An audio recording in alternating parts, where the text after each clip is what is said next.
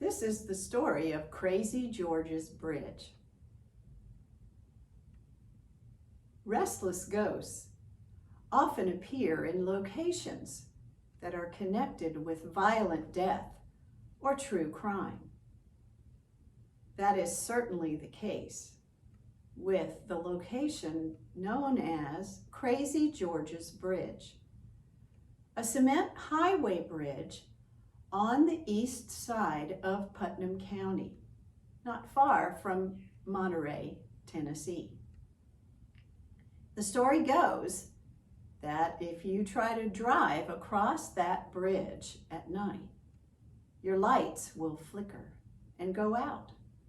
Your car may stall, and you may see a ghostly railroad worker.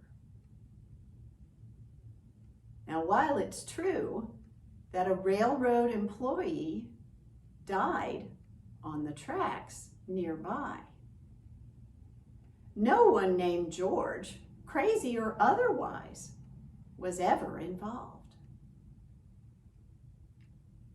In the 1930s, the Tennessee Central Railroad Company ran a train from Cookeville to Allgood and up Brotherton Mountain, past the comb graves at the Stamps Cemetery, on through Bilbrey Station and past Woodcliff Baptist Church, and on into Monterey at the top of the mountain.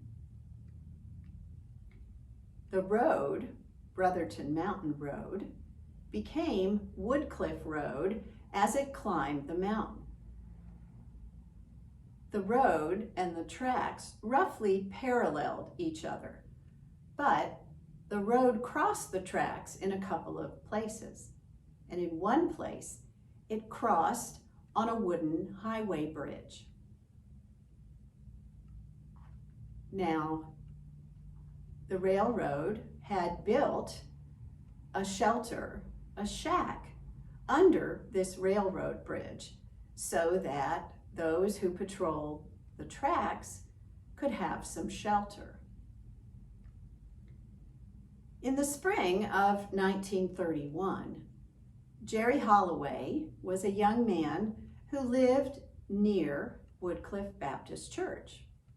He was employed as the night watchman for the Tennessee Central Railroad for that stretch of track that ran from the cemetery to Bilbrey Station. Violent storms often washed great boulders and branches over the tracks, and it was Jerry's job to keep the tracks clear so that the trains could run up the mountain without having to stop. Jerry often took his breaks in the shack under the highway bridge. Jimmy Joe Henry was a young man a few years out of high school. He lived near Bilbrey Station and raised prize hunting dogs. He too was often on the mountain at night, hunting coons with his dogs. Well, he and Jerry met and became friends. Jimmy Joe often helped Jerry clear the debris off the tracks, and they would often share coffee in the railroad shack. In April of 1931, Jimmy Joe was attending a week-long revival at Woodcliff Baptist Church with his fiancée, Betty Lou Bilbrey. Saturday was the last night of the revival, and after the service, Jimmy Joe went to see Jerry at his house near the church. He came to tell Jerry that his prize hound dog had had her puppies and that they were now big enough for Jerry to come and pick the one he wanted for himself. Jerry said he'd be off the next day and he would come and get the little dog then. Jimmy Joe left Jerry and walked Betty Lou home. Then he ran into some friends and they stayed up late talking. Well, when his friends invited him to stay over and spend the night because it was so late, Jimmy Joe shook his head. He pulled out his great gold pocket watch. "Oh no," he said, "it's late. I'd best get home. Mama'll worry." So Jimmy Joe said goodbye to his friends and set off down the mountain, walking on the cross ties, as everyone did. The next morning, Jerry went down the tracks toward Jimmy Joe's house. He was going to get his puppy. Well, just before he got to Bilbrey Station, he happened to notice a railroad cap lying by the side of the tracks. And it had a big red spot on it, like a spot of paint.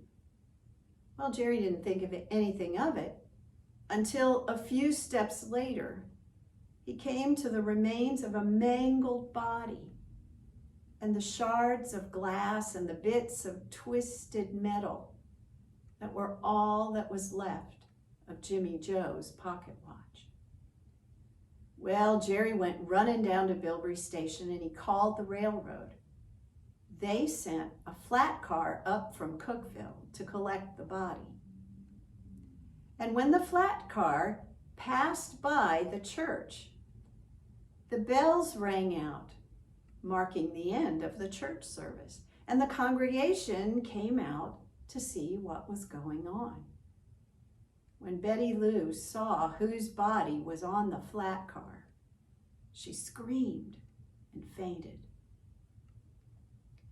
Well, the community as a whole mourned the loss of such a fine young man. But life went on. Jimmy Joe's family gave Jerry the pick of the litter, and he named his puppy for his friend Jimmy Joe. Betty Lou later married and raised a family. The wooden highway bridge was replaced by a cement bridge with cement walls on either side. In the 1950s, strange reports from motorists began to appear. Folks talked about flickering lights and stalled engines and ghostly railroad workers on the bridge. But how the death of a young man on the tracks came to be associated with car trouble on the nearby bridge is anyone's guess. But now you know the true story of Crazy George's Bridge.